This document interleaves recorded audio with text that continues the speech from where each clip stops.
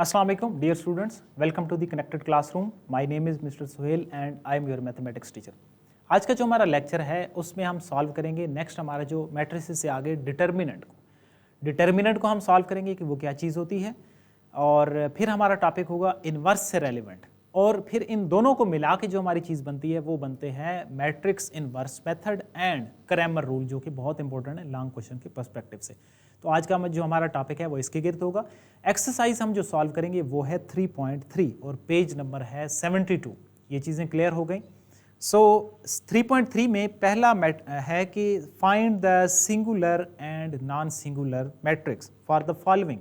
अब उससे पहले क्या चीज़ है, उससे पहले है कि डिटर्मिनेंट का आपको पता होना चाहिए कि डिटर्मिनेंट क्या चीज़ होती है। डिटर्मिनेंट्स ऑफ अ मैट्रिक्स, ठीक है। इसको हम क्या करते हैं, आपके पास लेट से एक मैट्रिक्स है A 1 2 4 और 3। डिटर्मिनेंट्स को इस तरह जाहिर करते हैं, ये दोनों A के गिर्द जो हैं वो लाइंस लगाएंगे। एक तो चीज़ ये हो गई, फिर इसका दूसरी चीज़ है फार्मूला। ये जो पहली एंट्री होती है ये A कहलाता है, दूसरी एंट्री B होती है, third C and fourth one is D। इसका जो फार्मूला होता है वो होता है AD माइनस BC, मीन्स पहले वाली जो वैल्यू है उसको फोर्थ के साथ मल्टीप्लाई करेंगे, या मेन डायगोनल जो होगा उसको पहले मल्टीप्लाई करेंगे, दरमियान में माइनस लगाएंगे, और फिर जो नेक्स्ट वाली वैल्यूज होंगी उनको मल्टीप्लाई करेंगे। सो A और D को अगर हम मल्टीप्लाई करें तो 3 मल्टीप्लाई 1, दरमियान में जो माइनस है this is part of formula, ये फार्मूले का माइनस होगा, और फिर हम मल्टीप्लाई करेंगे 4 और 2 को, तो ये हमारे पास बन रहा है 3 माइनस 8 यानी कि -5। अब ये जो -5 है ये हमारे पास A का डिटर्मिनेंट है। अब इधर ये तो हो गया फार्मूला, डिटर्मिनेंट का भी क्लियर हो गया और A डिटर्मिनेंट हमने फाइंड आउट भी कर दी। अब यहाँ पे दो क्वेश्चन हैं जो कि हमारा पहला क्वेश्चन में है 3.3 का, सिंगुलर और नॉन सिंगुलर मैट्रिक्स क्या होते हैं। ऐसा मैट्रिक्स जिसका डिटर्मिनेंट 0 आ जाए वो कहलाता है सिंगुलर, और ऐसा मैट्रिक्स जिसका डिटर्मिनेंट नॉन जीरो आ जाए, नॉन जीरो को क्या मतलब है 1 2 3 -1 +1 जो भी हो, तो वो क्या कहलाएगा, वो हमारा नॉन सिंगुलर मैट्रिक्स कहलाएगा। अब जिस तरह ये हमारे पास -5 आंसर आ रहा है, तो ये कौन सा मैट्रिक्स है, ये हमारा नॉन सिंगुलर मैट्रिक्स है। और यही जो चीज़ है ये हम पहले क्वेश्चन में सॉल्व कर रहे हैं, जिसमें हमने सिंगुलर और नॉन सिंगुलर को डिस्कस करना है। आई होप आपको ये जो एग्जाम्पल है ये क्लियर होगा। मज़ीद हम इसके जो पहले क्वेश्चन हैं उसके जो डिफरेंट पार्ट्स हैं उनको सॉल्व करते हैं, तो आपको चीज़ें ज़्यादा क्लियर होंगी। फॉर एग्जांपल अब ABC तीनों सेम हैं, AD माइनस BC आप फार्मूला अप्लाई करेंगे और डिटर्मिनेंट निकालेंगे। जो इसका है D पार्ट में आपके पास जो वैल्यू हैं वो कुछ इस तरह की हैं, B + 1/A और A और B। अब इसमें अगर आप फार्मूला जब अप्लाई करेंगे तो D का डिटर्मिनेंट होगा A और D, यानी कि पहली और फोर्थ जो एंट्री होगी उसको पहले मल्टीप्लाई करेंगे, ये बनेगा AB माइनस, यानी कि AD माइनस B और C, मीन्स A को मल्टीप्लाई करना है और B + 1/A को मल्टीप्लाई करना है। सिर्फ इस क्वेश्चन में क्या फ़र्क था, जो एंट्रीज थी वो कांस्टेंट डिजिट्स नहीं हैं, वो आपके पास ABC नंबर्स हैं, तो आप उनको कैसे सिंप्लीफाई कर सकते हैं, AB माइनस, पहले इनको अंदर आपने सिंप्लीफाई करना है, A एलसीएम आ गया, AB + 1, यहाँ पे A और A कैंसल आउट हो गया, AB माइनस AB माइनस 1, ये और ये कैंसल आउट हो गया। तो सिर्फ इसमें क्या था, जो एंट्रीज थी वो चेंज थी। आंसर आ रहा है हमारे पास -1 है, 0 नहीं है, तो हमारे पास ये जो मैट्रिक्स होगा ये क्या होगा, नॉन सिंगुलर होगा, यानी कि इसका जो डिटर्मिनेंट है वो 0 नहीं है, तो ये हमारे पास क्या हो गया, नॉन सिंगुलर हो गया। आई होप आपको ये जो पहला पार्ट है, पहला जो क्वेश्चन है वो आपको क्लियर होगा। अब इसी तरह इसका E पार्ट है कि A B + C हैं, A is not equal to 0 और B जो है वो D के इक्वल है, तो आप ई का जो वैल्यू है उसका भी डिटर्मिनेंट फाइंड आउट कर सकते हैं। तो डिटर्मिनेंट का फार्मूला उसको कैसे फाइंड आउट करते हैं वो आपको क्लियर होगा। अब इसी से रेलिवेंट इसका बी पार्ट है कि कुछ आपको अगर कंडीशन जो है वो चेंज करके दे दी जाए तो फिर आप उस डिटर्मिनेंट को कैसे फाइंड आउट करते हैं। लेट्स से इसका बी पार्ट है, बी पार्ट में लिखा हुआ है P का डिटर्मिनेंट इज इक्वल टू 9, साथ में लिखा हुआ है इफ, और फिर आगे दिया हुआ है P आपको दिया भी गया है 3, 1 एंड 4 K। तो वो कहते हैं देन फाइंड K, फिर आपने K फाइंड आउट करना है। आप जानते हैं कि जो इफ के बाद डाटा होता है वो गिवन डाटा होता है, तो हमें दे दिया गया है कि determinant is equal to 9, determinant की वैल्यू 9 है, आपने K की वैल्यू निकालनी।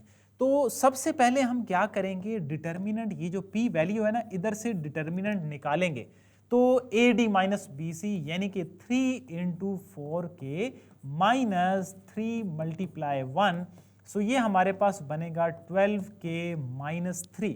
ये हमारे पास क्या चीज़ है, बेसिकली डिटर्मिनेंट का ही आंसर है। P डिटर्मिनेंट का आंसर हमने निकाला 12K माइनस 3, बट यहां पे मैं लिखूंगा एज गिवन, क्या गिवन है कि जो डिटर्मिनेंट है that is equal to 9, determinant 9 के इक्वल है।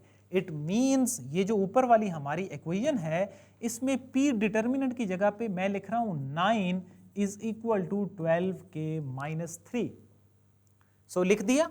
अब यहां से 9 plus 3 is equal to 12K, 12 is equal to 12K, 12 dividing by 12 करेंगे तो हमारे पास जो K की वैल्यू आ रही है that is equal to 1। Okay, इसमें क्या था, इसमें एक डिटर्मिनेंट की जो वैल्यू है उसने दे दी है, हमने अपना डिटर्मिनेंट का फार्मूला लगाया है। फार्मूला लगाने के बाद जो हमारी वैल्यू हमें गिवन थी हमने उसके इक्वल अपने डिटर्मिनेंट की वैल्यू रख के हमने क्या कर दिया, फाइंड आउट कर दिया। ओके, मोइज का क्वेश्चन है कि that I am class of 9, so join the next link of class 9। ठीक है, ये 10th क्लास की है तो आप 9 वाला जो लिंक है उसको ज्वाइन करें। जी, आज आपकी जो क्लास है वो फिज़िक्स की आज नहीं हो रही, लेकिन आज आपकी क्लास होगी बायो की क्लास की, बायो की क्लास होगी आज। वैसे आपकी फिज़िक्स की और केमिस्ट्री के जो टीचर हैं वो थोड़ी सी उनके अपसेट हैं तो वो नहीं होगी, बाकी आपकी क्लासेस होंगी। सो ये था इसका बी पार्ट। इसी तरह सी जो है उसमें एक्स फाइंड आउट करना है तो आपने खुद से फाइंड आउट करना है। अब ये पहला जो क्वेश्चन है इससे रेलिवेंट था डिटर्मिनेंट, वो क्लियर हो गया। अब दूसरा जो क्वेश्चन है वो कह रहा है कि मल्टीप्लिकेटिव इनवर्स निकालें। मल्टीप्लिकेटिव जो इनवर्स है फॉर एग्जांपल है ए, इसमें वैल्यू है 1, 2, 4 और 3, हमने इसका निकालना है मल्टीप्लिकेटिव इनवर्स। इसको हम डिनोट करते हैं इससे। जी, केमिस्ट्री की क्लास भी नहीं होगी आज। सो ए इनवर्स जो है that is equal to adjoint of A dividing by determinant of A. ये फार्मूला होता है मल्टीप्लिकेटिव इनवर्स निकालने के लिए। सो अब इसमें ये नई चीज आ गई है एडजॉइंट ऑफ ए, वो कैसे निकालते हैं। उससे पहले डिटर्मिनेंट हम निकाल लेते हैं क्योंकि डिटर्मिनेंट का तो हमने फार्मूला पढ़ा हुआ है। तो ये हमारे पास है 1 मल्टीप्लाई 3 माइनस 4 2 जार 8 माइनस का 5। तो ए का जो डिटर्मिनेंट है that is equal to minus का 5। अब एक और यहाँ पे क्वेश्चन है कि अगर डिटर्मिनेंट का आंसर 0 आ जाए तो फिर उसका मल्टीप्लिकेटिव इनवर्स नहीं निकल सकता। अगर वो नॉन सिंगुलर होगा तो तब उसका जो मल्टीप्लिकेटिव इनवर्स होगा वो फाइंड आउट करेंगे। अब आते हैं कि एडजॉइंट कैसे निकालते हैं। ये मैट्रिक्स है, इसका एडजॉइंट निकालने का तरीका क्या होता है, जो डायगोनल्स हैं उनकी जगह चेंज करनी है। लाइक 3 और 1, पहले ये 1 3 थे, अब इनको 3 और 1 कर दिए, इनकी जगह मेन डायगोनल की जगह चेंज करनी है और बाकी जो वैल्यूज हैं उनके साइन बदल देने हैं। तो ये क्या होगा, ये एडजॉइंट हो जाएगा। क्या करना है, मेन डायगोनल्स की जगह चेंज करनी है और बाकी रहने वाली वैल्यूज के साइन चेंज करने हैं। This is called adjoint. अब हमने निकालना क्या था, हमने निकालना था A inverse that is equal to adjoint of A dividing by determinant of ए।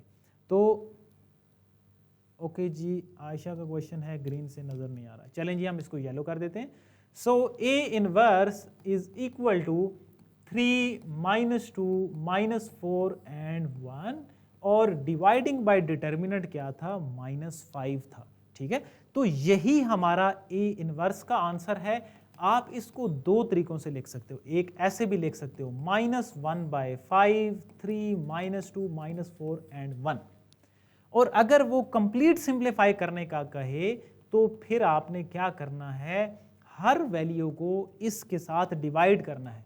पहले वाले के साथ डिवाइड करोगे -3/5, दूसरे के साथ डिवाइड करोगे तो 2/5 हो जाएगा, थर्ड वाले के साथ डिवाइड करोगे तो 4/5 हो जाएगा, एंड फोर्थ वाले के साथ जब डिवाइड करेंगे तो वो हमारे पास क्या हो जाएगा, -1/5 हो जाएगा। सो ये हमने क्या कर दिया, ए जो इन्वर्स है वो फाइंड आउट कर ले, जिसमें नया कॉन्सेप्ट क्या था, एडजॉइंट का कॉन्सेप्ट था। अब इसी इन्वर्स से रेलिवेंट, उन्हीं इन्वर्स की जो मल्टीप्लिकेशन है उसी से रेलिवेंट आपके पास जो क्वेश्चन है वो क्वेश्चन नंबर 2 भी है, 3 भी है, और इसी तरह आगे जो है फिर वो डिफरेंट क्वेश्चन हो जाते हैं। ओके, ग्रीन कलर ना यूज कर, ओके ठीक है जी। अच्छा, अब हम सॉल्व करते हैं अपना जो क्वेश्चन नंबर 3 है। क्वेश्चन नंबर 2 का जो बी पार्ट है वो क्वेश्चन नंबर 3 और 2 का बी पार्ट ये दोनों सेम चीज़ें हैं, बट इसमें क्या करूँगा, मैं 3 को सॉल्व करूँगा और फिर आप जो 2 का बी पार्ट है वो खुद से सॉल्व करेंगे। ठीक है, 3 में दोनों चीज़ें आ जाएंगी। अगर किसी को मल्टीप्लिकेशन क्लियर नहीं है तो मल्टीप्लिकेशन का भी कॉन्सेप्ट आएगा, 1 2 2 एंड 3, और z हमारे पास है 2 3 1 एंड 2, y भी निकाल लिया, z भी निकाल लिया। आपने ये चीज़ वेरीफाई करनी है कि y z inverse is equal to z inverse y inverse. क्या मतलब है इसका, कि हमने लेफ्ट हैंड साइड को राइट हैंड साइड की इक्वल शो करना है। कैसे शो करना है, पहले y z को मल्टीप्लाई करना है, फिर उसका होल इनवर्स निकालना है। तो सबसे पहले हम सॉल्व करते हैं अपनी लेफ्ट हैंड साइड को। लेफ्ट हैंड साइड में हम कर रहे हैं y और z, पहले हम क्या कर रहे हैं, इनको आपस में मल्टीप्लाई कर रहे हैं। तो सामने मैट्रिक्स लिखे हुए हैं, मल्टीप्लिकेशन का टॉपिक प्रीवियस क्लास में था। आई होप आपने असाइनमेंट ज़रूर सॉल्व की होंगी, तो फिर आपको मल्टीप्लिकेशन क्लियर होगी। जी जी, आर्ट्स के जो स्टूडेंट हैं उनकी फंक्शनल मैथमेटिक्स होगा जी, और उसमें काफ़ी सारी जो चीज़ें हैं वो यही होंगी। सो वाई जेड को कैसे मल्टीप्लाई करते हैं, फर्स्ट रो फर्स्ट कॉलम के साथ मल्टीप्लाई करते हैं। उसमें क्या होगा, पहले वाली एंट्री के साथ मल्टीप्लाई होगी, दूसरी वाली एंट्री के साथ मल्टीप्लाई होगी, फिर फर्स्ट रो सेकंड कॉलम के साथ मल्टीप्लाई करेंगे तो ये बनेगा 3 + 4, फिर सेकंड रो फर्स्ट कॉलम के साथ जब मल्टीप्लाई करेंगे तो ये बनेगा 4 + 3, फिर नेक्स्ट हमारे पास क्या होगा 6 + 6, यानी कि सेकंड रो सेकंड कॉलम। जब हम वाई जेड को सिंप्लीफाई करके लिखेंगे तो ये हमारे पास बनेगा 4 7 7 एंड 12। अब क्या करना है, वाई जेड का हमें इनवर्स लेना है। तो जब वाई जेड का इनवर्स लेंगे तो इसका तो ये मतलब है वाई जेड का inverse is equal to adjoint of Y Z over determinant of Y Z होगा। अब वाई जेड का मतलब यही है जिस तरीके से आप ए का डिटर्मिनेंट, यानी कि ए एक मैट्रिक्स था, अब क्या है, मैट्रिक्स एक से ज्यादा का मल्टीपल है, लेकिन हम उसको नाम एक ही का दे रहे हैं। वाई जेड है, वाई जेड का भी डिटर्मिनेंट का रूल वही रहेगा। सो वाई और जेड का डिटर्मिनेंट, पहली और चौथी जो वैल्यू है वो आपस में मल्टीप्लाई होगी। ठीक है, 48 - 49, the answer is -1। Y Z का जो डिटर्मिनेंट है वो नॉन सिंगुलर है, इट मीन्स इसका इनवर्स पॉसिबल है। अगर ये 0 आ जाता तो फिर इसका इनवर्स पॉसिबल ना होता। अब डिटर्मिनेंट निकाल लिया, इसी के सामने मैं सॉल्व करता हूं इसको, y adjoint of Y Z. अब वाई जेड का एडजॉइंट निकालें, क्या आ रहा है जी, डायगोनल्स की जगह चेंज करनी है। वाई जेड यहाँ पे मौजूद है, डायगोनल्स की जगह चेंज कर दी है, बाकी जो वैल्यूज़ हैं उनके साइन बदल देने हैं। अगर वो पहले पॉजिटिव हैं तो फिर नेगेटिव हो जाएंगी, अगर पहले नेगेटिव हैं तो फिर क्या हो जाएंगी, पॉजिटिव हो जाएंगी। अब हम निकालेंगे वाई जेड का whole inverse which is equal to adjoint की वैल्यू और डिवाइडिंग बाय डिटर्मिनेंट की वैल्यू। अब जब हम इनको डिवाइड करके लिखेंगे तो वाई जेड का जो होल इनवर्स आएगा वो आएगा माइनस का 12, यहाँ पे 7 फिर माइनस का 4। ये जो चीज़ है ये हमने एक अपनी जो लेफ्ट हैंड साइड है वो सॉल्व कर ली है, ठीक है। अब आते हैं राइट हैंड साइड पे। जो राइट हैंड साइड क्या थी, राइट हैंड साइड हमारे पास z inverse and y inverse. पहले निकालेंगे z इनवर्स, फिर निकालेंगे y इनवर्स, और फिर इन दोनों को आपस में मल्टीप्लाई करेंगे, ठीक है जी। और दोनों की साइडों का जो आंसर आना चाहिए वो क्या होना चाहिए, सेम होना चाहिए। सो राइट हैंड साइड को हम यहाँ पे अलग से सॉल्व करते हैं। राइट हैंड साइड, इसमें हमारे पास जो वैल्यूज हैं, y की जो वैल्यू है वो है 1 2 2 एंड 3, और जो z की वैल्यू है वो हमारे पास है 2 3 1 एंड 2। तो दोनों वैल्यूज लिख दी हैं। अब हम क्या करते हैं, पहले निकालते हैं y का इनवर्स। y इनवर्स यानी कि adjoint of y dividing by determinant of y निकालेंगे। सो डिटर्मिनेंट ऑफ y का मतलब ये होगा AD माइनस BC यानी कि माइनस का 1। अब इसी का अगर हम एडजॉइंट निकालेंगे y का तो वो हमारे पास बनेगा 3 1 माइनस 2 एंड माइनस 2। अगर हम इसका कंप्लीट इनवर्स निकालेंगे जो कि होगा एडजॉइंट डिवाइडिंग बाय डिटर्मिनेंट, तो ये हमारे पास बन रहा है -3 2 2 एंड -1। ये क्या निकाल दिया, y इनवर्स निकाल दिया। अब हम इसी के सामने निकालते हैं z का इनवर्स, ठीक है। तो फिर इन दोनों को आपस में मल्टीप्लाई कर देंगे। ये हमारे पास z की वैल्यू है, z inverse is equal to adjoint of z dividing by determinant of z। So z का डिटर्मिनेंट अगर लेंगे तो 4 minus 3 that is equal to 1। अब अगर एडजॉइंट ऑफ z निकालेंगे तो वो हमारे पास होगा, मेन डायगोनल्स की जगह चेंज करें, दोनों वैल्यूज सेम हैं तो वो वही रहेंगी और बाकियों के साइन चेंज कर दें। So z inverse is equal to 2 minus 3 minus 1 and 2 dividing by 1 करेंगे तो z इनवर्स हमारे पास कुछ इस तरह से आएगा। सो दोनों निकाल लिए जी हमने, y इनवर्स भी निकाल लिया और z इनवर्स भी निकाल लिया। अब हमने मल्टीप्लाई किसको करना था, हमने मल्टीप्लाई करना है z इनवर्स y इनवर्स। तो z इनवर्स y इनवर्स लिखा हुआ है तो z इनवर्स को ही पहले लिखना है, y इनवर्स को पहले नहीं लिखना। सो मल्टीप्लाई करते हैं और फिर इन दोनों के आंसर्स चेक करेंगे। z inverse y inverse, so 2 minus 3 minus 1 and 2 minus 3 2 2 and minus 1। So rules वही हैं, वो रूल हम लगाएंगे और फिर देखते हैं कि इसके मल्टीपल का आंसर क्या आ रहा है। First row first column -6 and minus का 6, first row and second column 4 plus 3, second row first column 3 plus 4, second row second column -2 and -2. The answer is -12 7 7 and -4।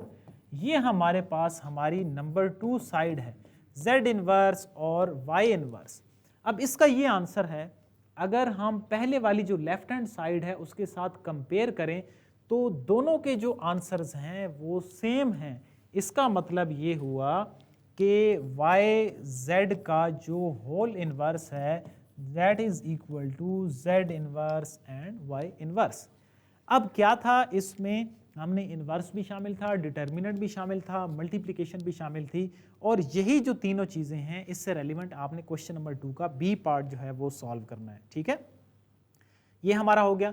फिर अगर हम नेक्स्ट की बात करें question number 4, what is the relation among A determinant, A inverse का determinant, adjoint of A if A is equal to. ठीक है, उसमें क्या चीज़ें हैं, आपने तीनों चीज़ें निकालनी है। आपने पहले ए डिटर्मिनेंट निकालना है, फिर आपने ए इनवर्स निकालना है और ए इनवर्स का डिटर्मिनेंट निकालना है।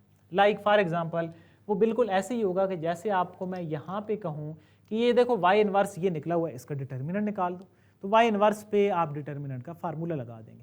और फिर थर्ड है एडजॉइंट निकालें और सिर्फ एडजॉइंट का डिटर्मिनेंट निकालें। फॉर एग्जांपल यहाँ पे एडजॉइंट निकला हुआ, मैं आपको कहूँ कि इस सिर्फ एडजॉइंट का डिटर्मिनेंट निकाल दो, तो एडजॉइंट के ऊपर आप डिटर्मिनेंट का फार्मूला लगा देंगे।